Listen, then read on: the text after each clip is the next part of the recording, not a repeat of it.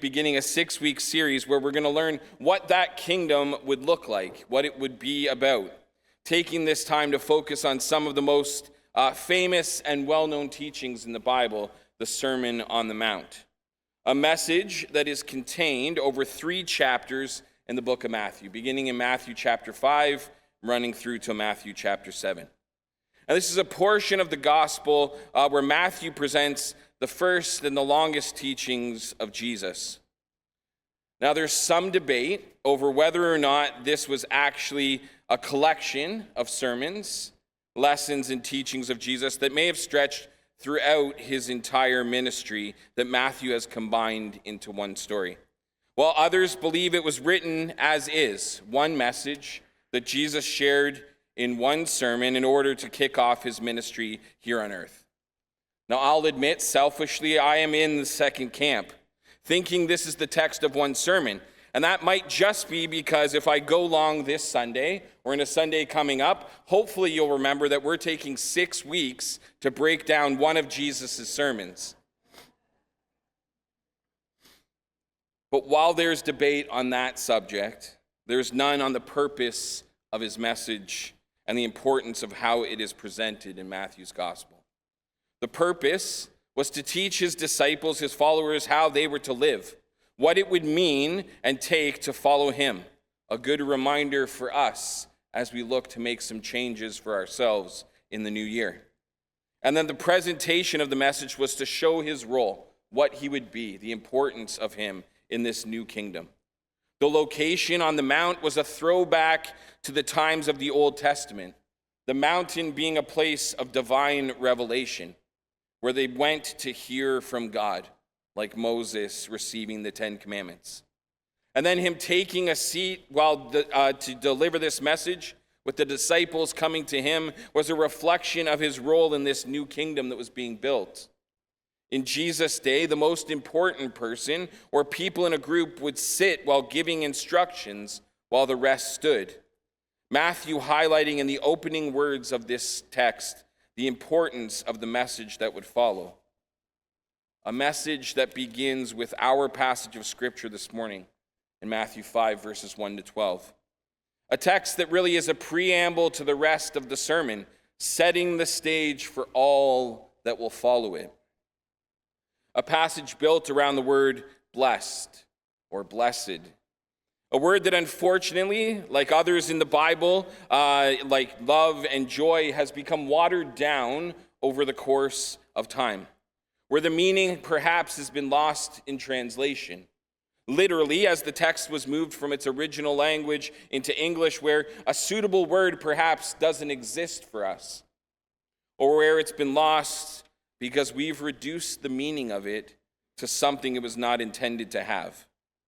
Now, if you're wondering what I'm talking about with that second example, you need to look no further than the word blessed, for the word blessed, to the social media trend from not that long ago about being #blessed. And this was originally designed to be a chance to convey humility and gratitude for the blessings of life. But what it ended up being, in many cases, was displaying major accomplishments or portraying a picture-perfect life. In other words, #blessed became a way to essentially brag about how wonderful your life was or you wanted people to think it was. The fancy things that you'd accumulated, the house, the car or cars, the jewelry, the clothes and shoes, among many other things. Images of the big, perfect, happy family, or on perfect special occasions, or enjoying lavish holidays, or sitting around a table overflowing with food, even if those weren't entirely true once the picture was taken. #blessed or worldly blessings became about the extravagant things of life. But as we read in our passage, this is not the context to which Jesus was using the word blessed, or the only way we have lost its meaning over time. Because in Jesus' case, blessed is one of those words that we don't have a direct translation for. As I read this week, there were a number of theories as to what exactly it would mean, with some thinking it meant to be content, Content are the poor in spirit. But that just scratches the surface, I believe, of what Jesus was getting at, because it's not about feeling at ease or accepting those things. So others believe that blessed in Jesus' context meant to be happy, to feel positively about it with a sense of purpose or fulfillment. Blessed or happy are those who mourn sounds kind of strange. But again, this doesn't seem to capture all of those who, so others believed that it might be better defined as how fortunate are. How fortunate meaning to be favored or prosperous. Others believed it was similar to our word congratulations, expressing joy or pleasure at another's success or good fortune. So congratulations to the meek, to the persecuted. Each of these words finding their definition in a similar way to the worldly way this word has been used. But it's the definition of what makes one blessed that differs from God's kingdom to the earthly one. Because while worldly kingdoms say blessed are the wealthy, those who are to be admired for the things they've accumulated, Jesus teaches blessed are the poor in spirit, for theirs is the kingdom of heaven. Now, this is not to say that everyone who has money is bad and everyone who doesn't is good or godly. It also doesn't mean that we should go and sell all of our possessions to be voluntarily poor, or that everyone with limited resources is defined as being poor in spirit. What Jesus was getting at is the attitude of gratitude, the trust in God, the conscious spiritual need that is evident in those who are poor in spirit, who know that every good and perfect gift comes from God, the big and the small as well. That they depend on him for their blessings and know that admission into his kingdom is not bought with money or earned by our effort, but through his death on the cross. An attitude far easier to achieve with little to nothing than with everything, the basis of being part of the kingdom of heaven. But Jesus doesn't stop there, because next he teaches that in contrast to the world, where blessed would be defined as having things in abundance, having more of everything than you will ever need, Jesus says blessed in his kingdom are those who mourn. People who have lost, but also those who realize how lost they are. People who are mourning in the sense we often consider it, having lost someone they love, but it's taken to a deeper level as well.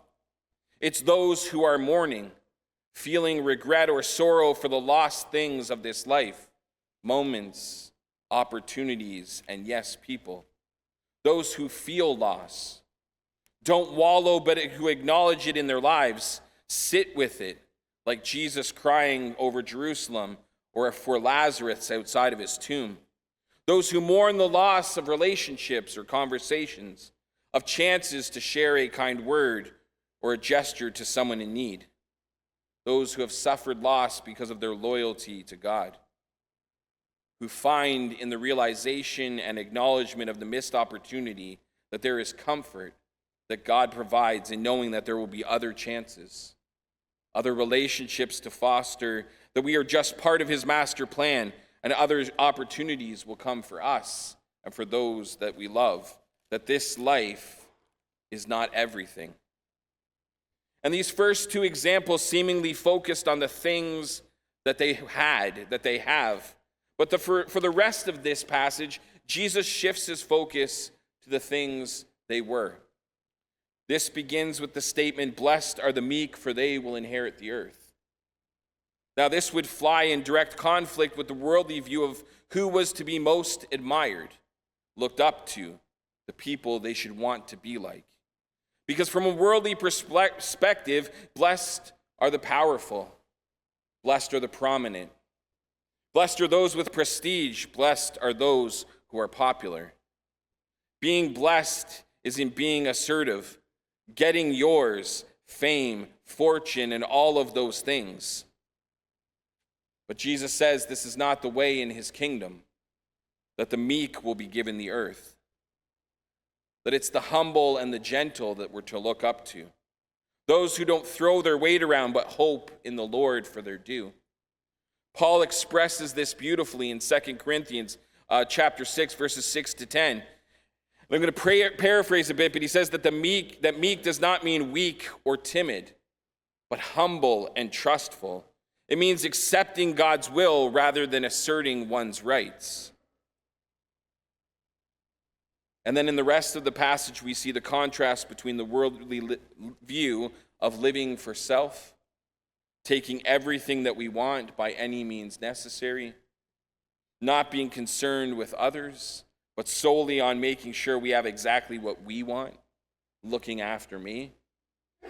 With God's view of living, where Jesus says, "Blessed are those who hunger and thirst for righteousness, who are obedient to his way, who seek to live the right way, who are desperate to consume the right way to live their lives."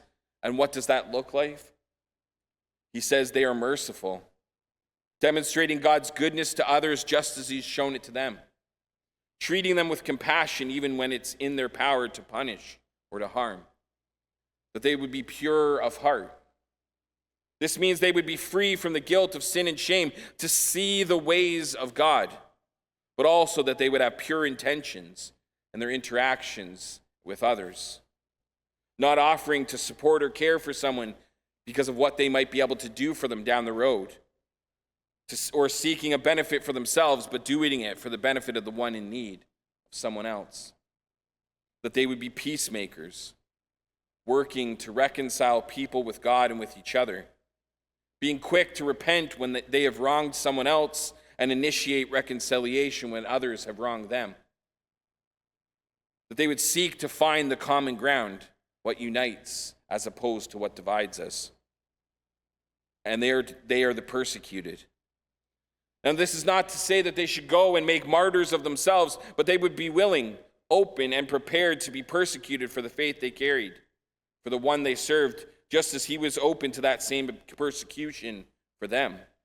Being willing to accept that following Jesus will come at times with hostile actions, including ridicule and restriction, harassment and discrimination, torture, imprisonment, ostracism, and maybe even death. And then not returning these actions back to others, but turning the other cheek, as he'll say later. Loving those who would be their enemies, praying for those who would persecute them, while praying for God's glory and will to win out in their lives and in your situation.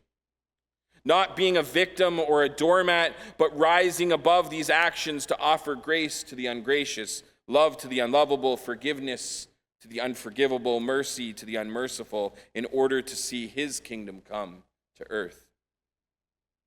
Realizing that in living this way, the reward is not just in the next life, but being blessed in this life as well.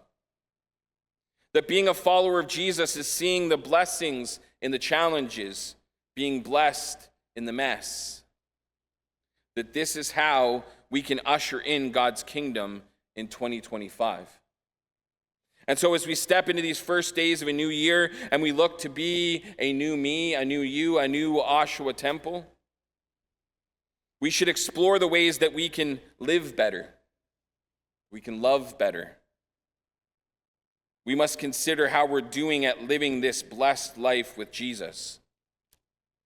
How poor are you and are we in spirit?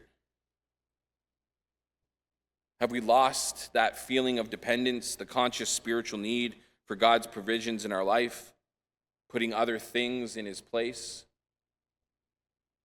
Or do we live every day in the acknowledgement that it's a gift from God, that everything we have and are is from him, and so offered back in trust and humility to be used for his purposes? How much mourning have you and we as a church done lately? To be honest, it seems like a lot. But have we stopped to consider the amount of loss we've experienced and sought his comfort?